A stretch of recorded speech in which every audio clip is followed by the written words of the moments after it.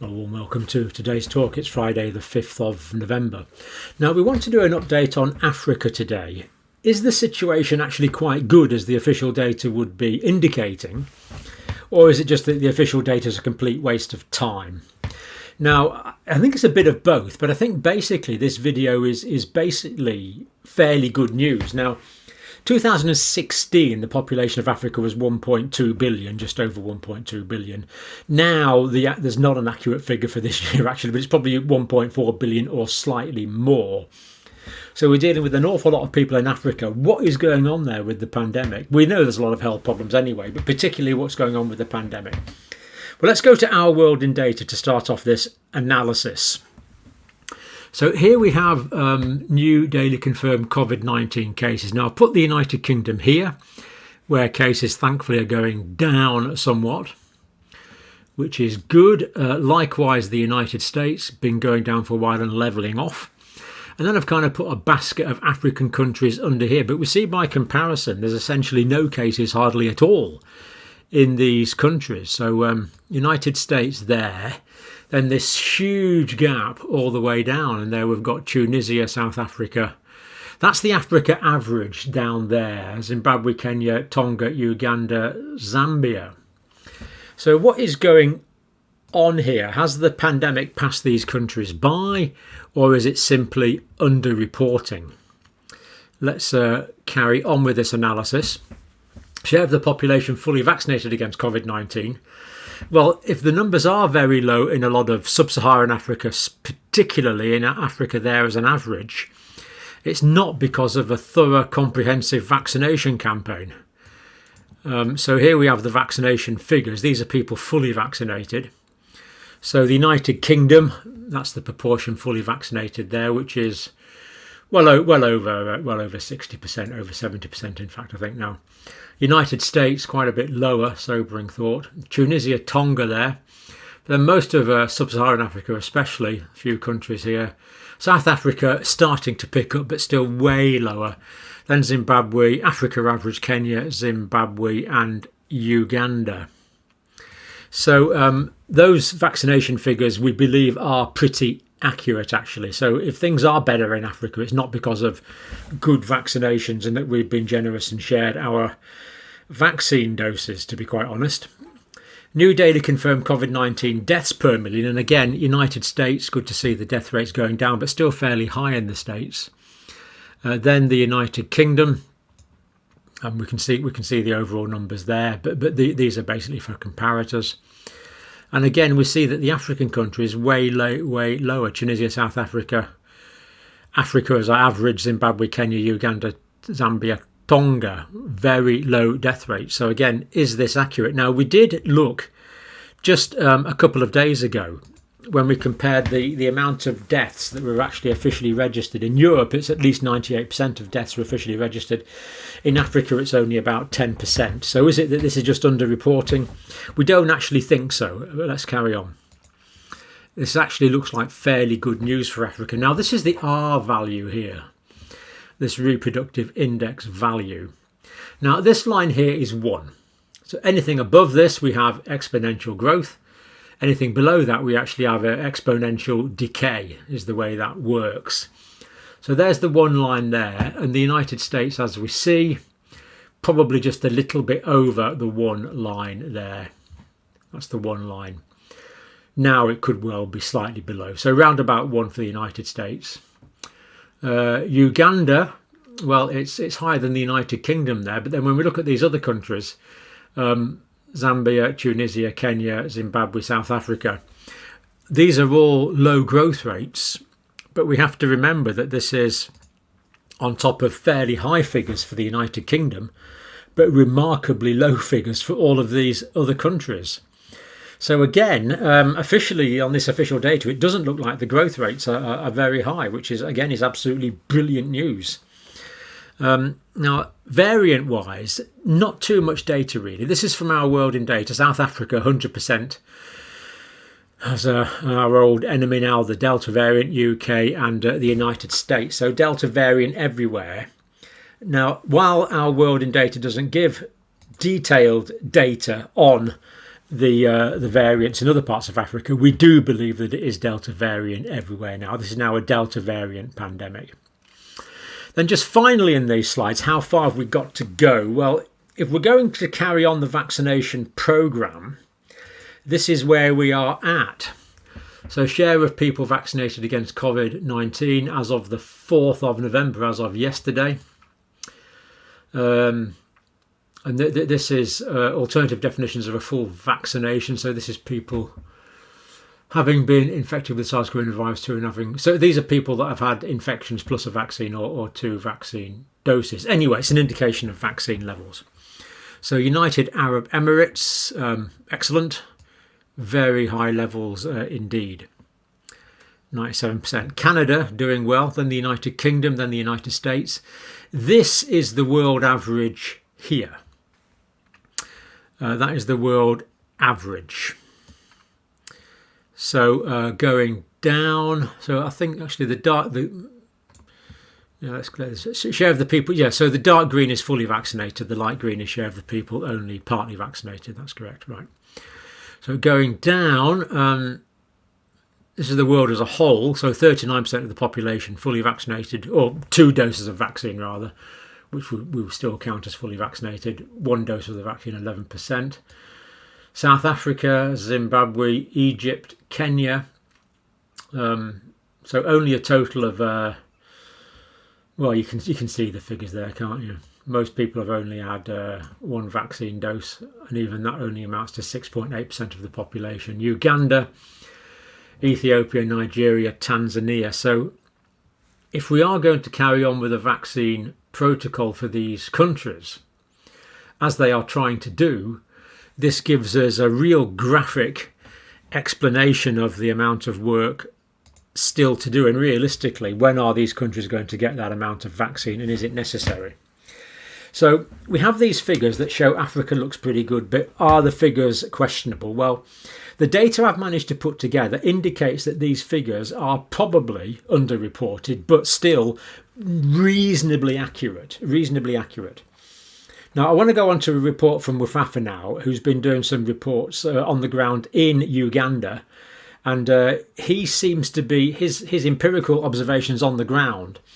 And at the moment, he's also going to be interviewing quite a few doctors in various emergency departments who seem to be consistent with this.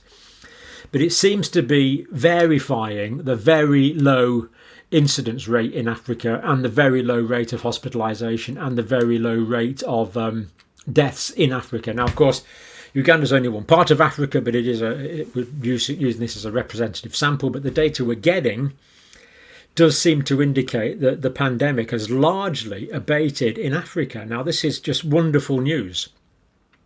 Now, if it's the case, we'll be thinking about why that's the case. Is it use of other medications that are commonly used in Africa? Is it a herd immunity effect that's kicked in early? Is it the younger demographic in Africa? Because the average age in a lot of African countries is only about 20, 21, 22, which was clearly a factor. Is it cross-immunity from other viruses and parasitic diseases in Africa? Probably all of these things. But either way, it's looking like it's pretty good news. Now let's go on to the report from Wefwafwa directly on the ground now. Hello everyone, I'm Wefwafwa Andrew, a clinical officer from Uganda, and I'm here to talk about the COVID-19 situation in Uganda as per today. Now, in the past few weeks, I moved around Uganda, mostly in the major towns in Uganda. So I started with the Kampala, which is the capital city of Uganda. Then I went to Jinja, Mbale, Soroti, Lira, and then Gulu. So in all these towns, there's something that I saw that is interesting. Many people in these towns have stopped following the standard operating procedures or the preventive measures for COVID-19. People no longer social distance, people are not putting on masks, and many people don't wash their hands. And many people are gathering now that they relaxed the lockdown and they allowed people to fellowship, and then they also allowed people to carry out functions like weddings with a maximum number of 200 people as long as they are following standard operating procedures. But that doesn't happen. I have visited about 3 functions where people gather in numbers over 200, and you hardly get even 50 people putting on their masks. But there is something interesting beyond these observations. When you look at the data from the Ministry of Health Uganda, it shows that despite that people are not following all these standard operating procedures, you will see that the numbers of COVID-19 still have been kept under control. This has been shown by the positive rate and the numbers generally. Before they relaxed the lockdown, you could find that the positive rate was above 20%, and there is a time it went even up to 30%. But after they relaxed the lockdown, and then I've observed that people are reluctant about the OSOPs, but still you can see that now the positive rate has actually dropped. It is very low. You find that now these days we have a positive rate of 1%. There's a time we even had a positive rate of 0.5%. So we usually have 1, 2, 2.5, 3%. Generally, the positive rate has reduced. That means the rate of infection in Uganda has reduced. Now, I want to try to explain these observations. One, I'm thinking that there is a possibility of herd immunity. Now, in the beginning, people in Uganda here, when COVID had just started, I think we started reporting about COVID-19 in March 2020. People were worried about COVID-19. And then another thing, people didn't have protective gears like masks, gloves. This was a problem not only in the general public, but also even in government hospitals and private hospitals. Because as you know, COVID just landed and we were not prepared enough. So I believe that a lot of people were exposed, and because of fear, many people didn't go to the hospital because during that time when you get COVID-19, they could, quarantine your whole family, and then they take you somewhere where you could get treatment. So many people had signs, but they feared to go to the hospital. So I have come to believe that maybe some people who got COVID-19 never got tested, and they never got treated from the hospital. So many people were infected and then they healed. So because of that, they have developed some sort of protection against COVID-19. And so because many people didn't have enough protective gears, so I believe many people were exposed, and now they have developed what they call herd immunity. And when there is herd immunity, even the few who are not protected ends up getting protected just because a large portion of the population is immune against the virus. And then another explanation that I have for this is there is a possibility of cross immunity. And now here in Uganda and in Africa generally, people suffer from a lot of viral respiratory tract infections, and they don't get treated.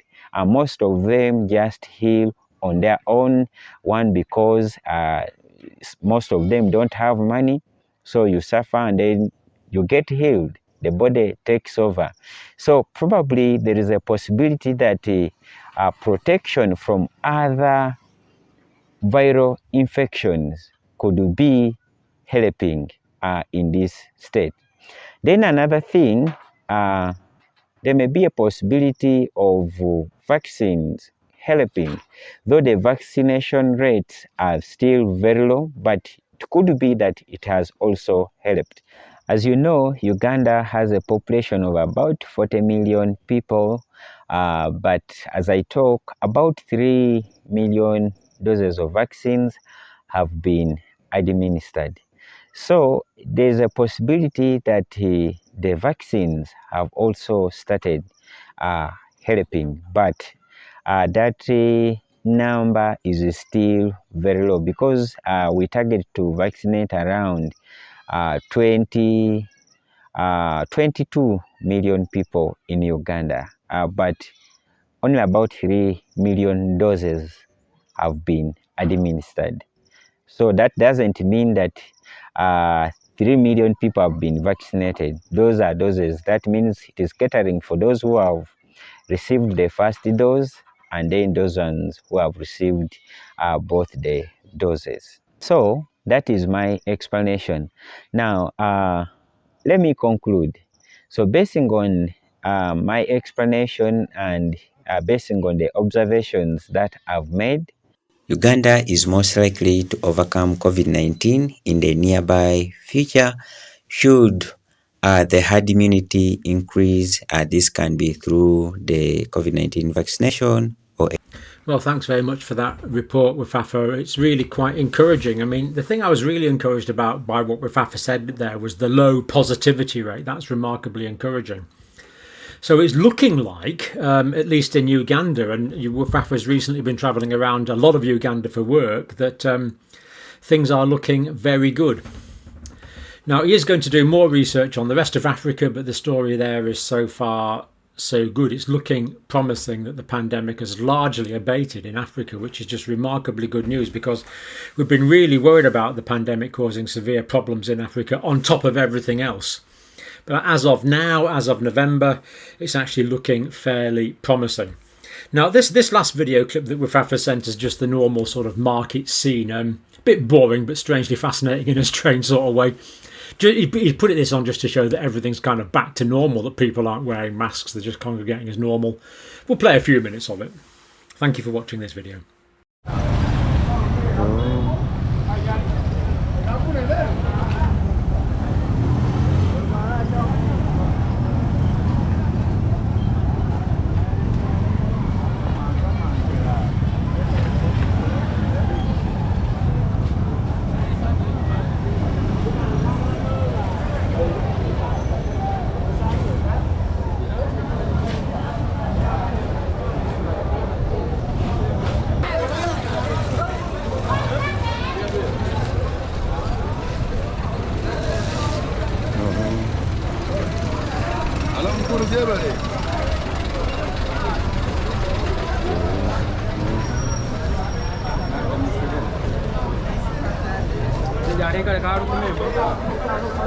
Why?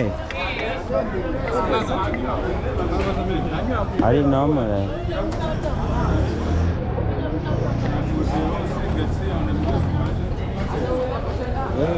Gana who amba bibindi, you know?